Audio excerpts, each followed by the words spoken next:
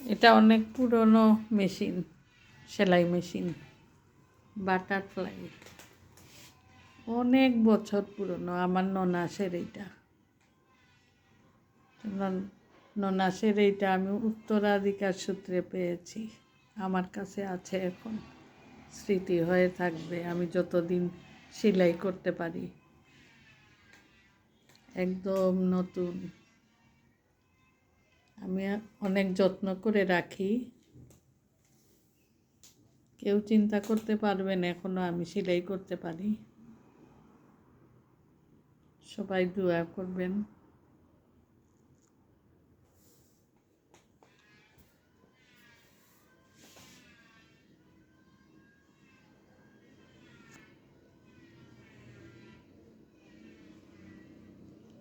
আল্লাহ হাফেজ।